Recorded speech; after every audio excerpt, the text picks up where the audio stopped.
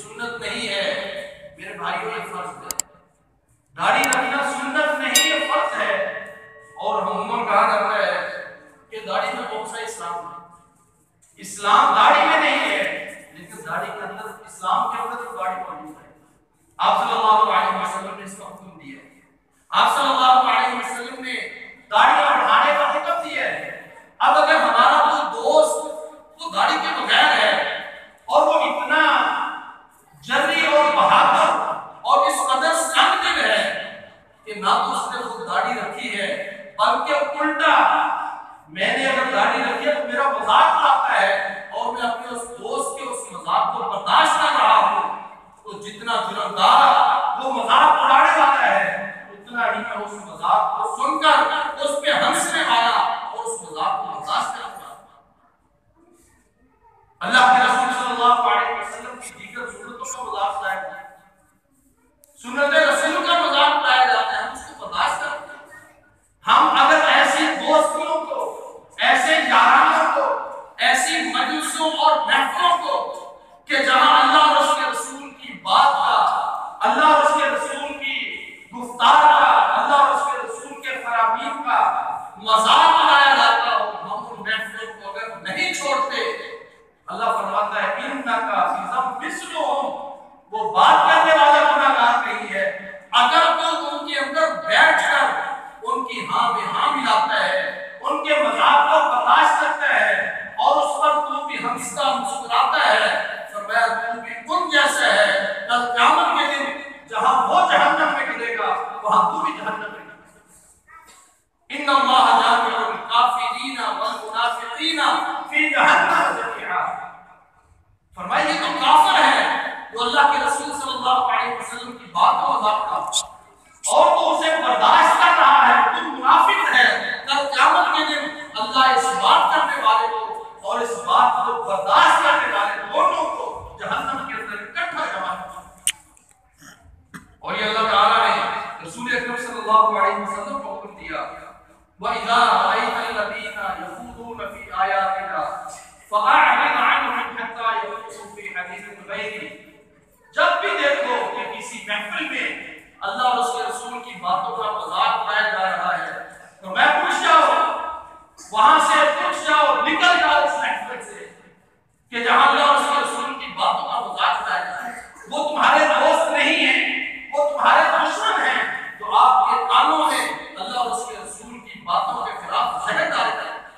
तो आपका दोस्त हो ही नहीं सकता जो आपको अल्लाह और उसके रसूल से दूर करने का सबब, जो आपको बुरे रास्ते में लगाने वाला हो, वो जुबान का कितना ही मीठा क्यों ना हो, वो आपका दोस्त नहीं है, वो आपका दुश्मन है। जो आपको अल्लाह से दूर करने वाला है, वो जहन्नम के करीब करने वाला, वो आपका दोस्त कैसे है? फरमाया जब तक वो अपना मौजूए सुखन, अपना मौजूए गुफ्तगू तब्दील ना करे, आप उस महफिल में बैठ नहीं सकते।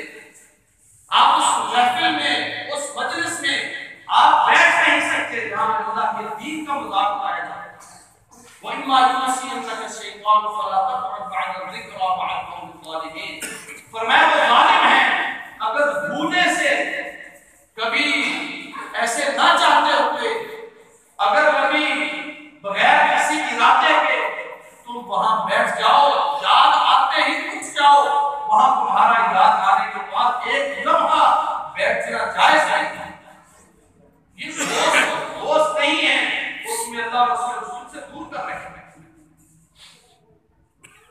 और यही वो दोस्त हैं, जैसा कि अभी मैंने अर्ज किया कि अल्लाह के रसूल सल्लल्लाहु अलैहि वसल्लम की बात का मजाक था। और कई तो ऐसे बदबख्त दोस्त भी थे जिन्होंने अल्लाह के रसूल सल्लल्लाहु अलैहि वसल्लम की जात पर अपनी उस दोस्ती की वजह से कीचड़ पूछा। हज़रत अब्दुल्लाह बिन मसऊद रज़ियल्लाहु तआला अन्हु बयान करते हैं कि आप सल्लल्लाहु अलैहि वसल्लम बैतुल्लाह में नमाज पढ़ रहे थे, नमाज पढ़ी जा रही है और आप सल्लल्लाहु अलैहि वसल्लम को कुछ कुरैश के गिरोह, कुछ जिनकी आपस में दोस्तियां थी, वो बैठे हुए देख रहे हैं। अब ये बुरे दोस्त हैं जो कि भी आपको अच्छा मशवरा नहीं देंगे। अब वो गिरोह बैठे हुए हैं और आप सल्लल्लाहु अलैहि वसल्लम को बैतुल्लाह में नमाज पढ़ते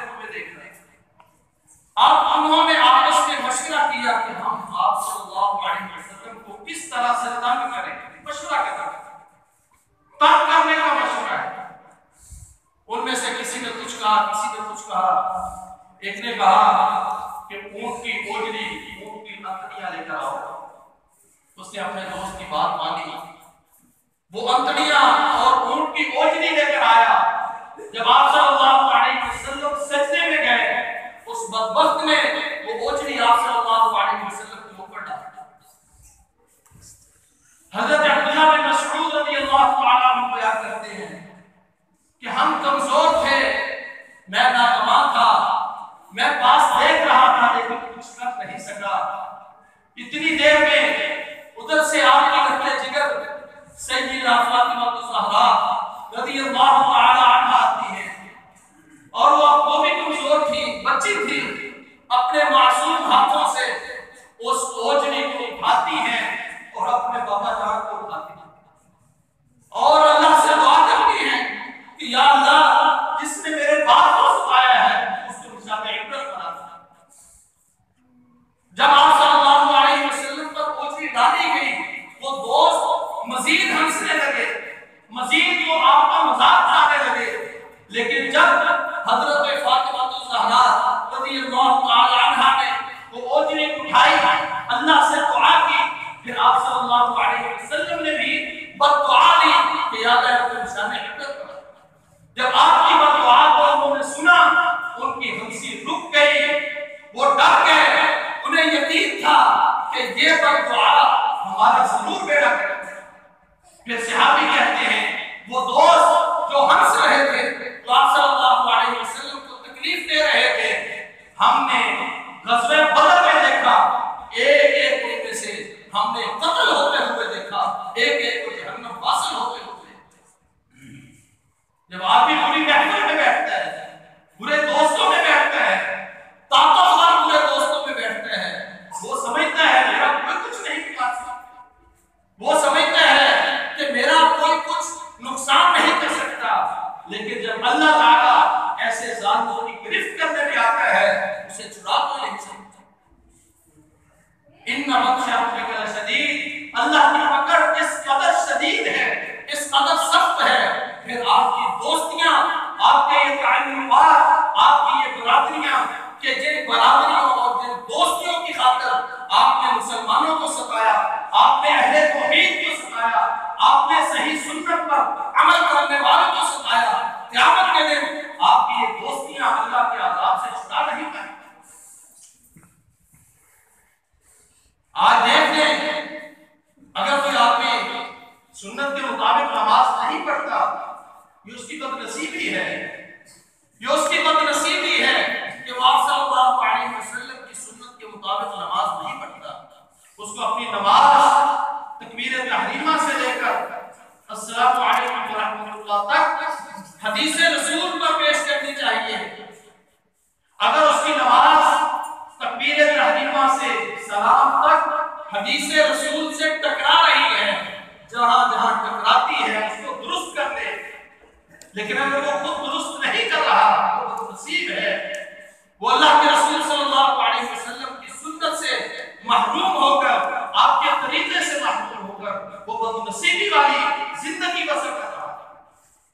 अब इससे बड़ी बदनसीबी ये है कि मेरी अपनी नमाज तो सुन्नत के मुताबिक ना हो, मेरा अपना तर्ज़े अमल वो सुन्नत रसूल से मुतासादिम हो, सुन्नत रसूल से टकराता हो।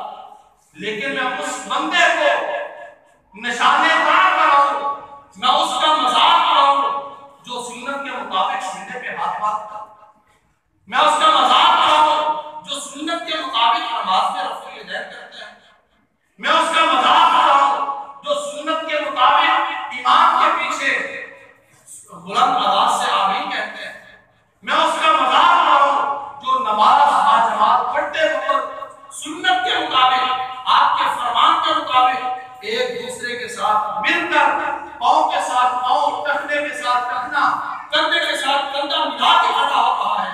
मैं मजाक उड़ाऊं कि देखो इसने टांगे कैसे छोड़ी की, मैं मजाक उड़ाऊं कि उंगलियां मार रहा है। ये उस मजीद बदनसीब इंसान है जिसकी अपनी नमाज सुन्नत के मुताबिक नहीं है, जो सुन्नत के मुताबिक सफ बंदी नहीं कर रहा, उसका गुनाह वो अल्लाह का उसका मामला है। लेकिन जब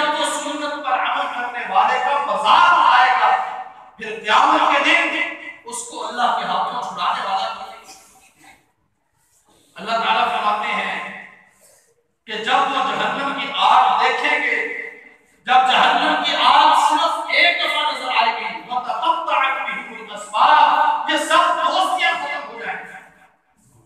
आज हम अपने दोस्तों के साथ मिलकर सुन्नत का मजाक उड़ाते हैं। आज हम अपने दोस्तों और अपने यारों के साथ मिलकर हम अपने गैर हम मसलक लोगों का मजाक उड़ाते हैं, हम उनकी नमाज का मजाक उड़ाते हैं। यकीन जानिए ये मजाक कहीं क़यामत के दिन लेकर रुके और फिर उन दोस्तों की खातिर, जिन दोस्तों को पीछे लगकर आप किसी पर आवाजें कसते हैं, वो दोस्त आपका कुछ काम नहीं आएंगे। यौम यफ़िर्रुल मर्'उ मिन अख़ीही व उम्मिही व अबीही, ये दोस्त तो बहुत दूर की बात है। फरमाया वहां तो बाप और बेटा एक दूसरे के काम नहीं, वहां माँ और बेटी एक दूसरे के काम नहीं आएंगे, वहां कोई रिश्तेदार किसी रिश्तेदार के काम नहीं आएगा, वहां कोई किसी के बारे में सवाल, कोई किसी के बारे में ख्याल करने वाला नहीं होगा। हर किसी को अपनी पड़ी होगी। वतक़त्तअत बिहिमुल अस्बाब, ये सब दोस्तियां यही खत्म हो जाएंगी। जहन्नम की आग नजर आएगी, सबको अपनी अपनी पड़ी होगी। या अल्लाह मुझे बचा, या अल्लाह मुझे बचा ले, या अल्लाह मेरे को जहन्नम के अजाब से बचा ले। हर कोई अपनी फिक्र में होगा, दोस्त दोस्तों को भूल जाएगा। आज हमें दोस्तों की खातिर अपने वालिदैन